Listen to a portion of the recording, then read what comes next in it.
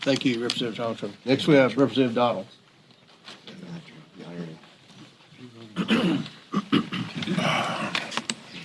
Thank you, Chairman. Thanks for being here, everybody. Look, a couple things.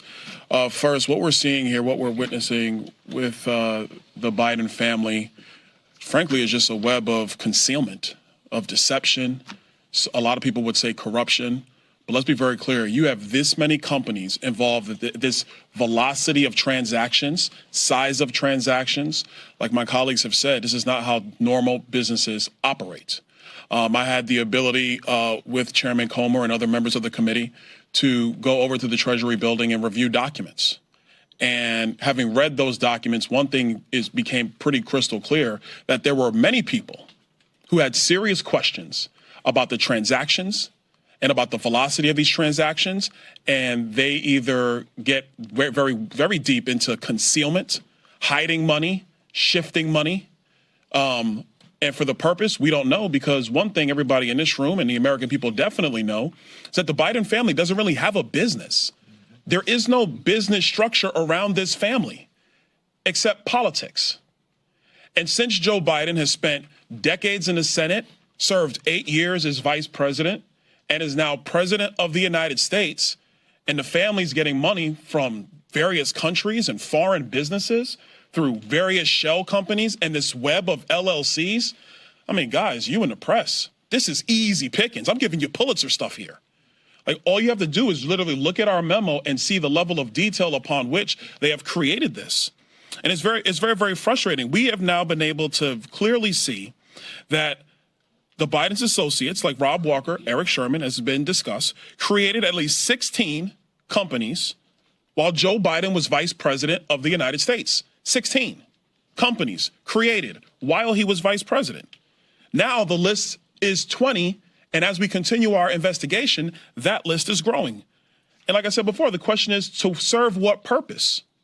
And the purpose of all these companies being created is to conceal money that the Biden family has been gaining because Joe Biden has been sitting at the upper echelon of our politics for almost 5 decades. That is the entire purpose here. Here's an example of what I mean. You have Rosemont Seneca Partners, Rosemont Seneca Advisors, Rosemont Seneca Technology Partners, RSP Holdings, RSTP2 Alpha, RSTP2 Bravo, Rosemont Seneca Thornton, Rosemont Seneca Bohai. I want to make sure I pronounce it right. Bohai, B-O-H-A-I. And the list goes on and on. Cycling through this many companies serves no legitimate purpose.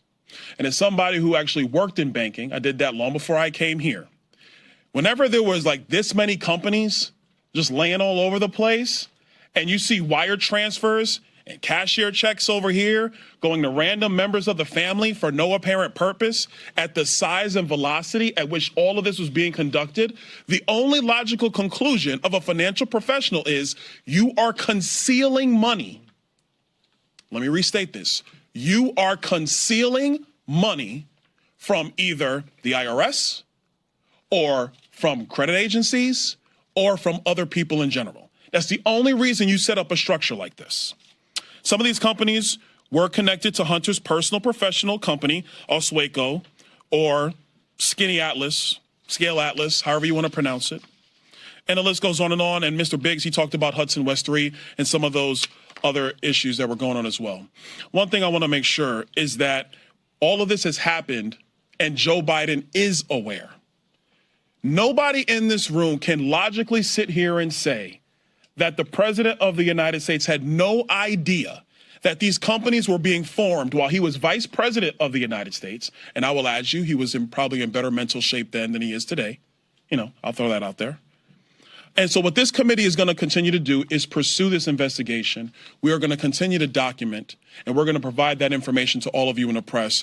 So to help you, and frankly, you know, like Congresswoman May said, and probably help the DOJ along with their investigation. One quick note, it's interesting that the Department of Justice has been investigating Hunter Biden for quite some time, and we seem to just never really get anywhere. And so I think that's also interesting as well. I wonder what's going on at the Department of Justice. But that being said, the bottom line is there is no real business here. None. And let me also say this, because I know there are many in this room who wanted to go down all the various schemes that our colleagues on the other side of the aisle accused the former president of. Be very clear. The former president actually had a business, very big business. You could say it was his name. You could say it was his buildings. You could say it was wine. You could say it was branding. You could say it was The Apprentice. But he had a very big and legitimate business, which everybody in this room clearly knows and understands and can point to and say, that's the thing, that thing over there. Joe Biden has no business except his position in politics. And it is the requirement of this committee to investigate that. We're going to continue to do that, and we're going to let the facts speak for themselves. Thank you, Mr. Chairman. Lastly, we'll have Representative Jordan.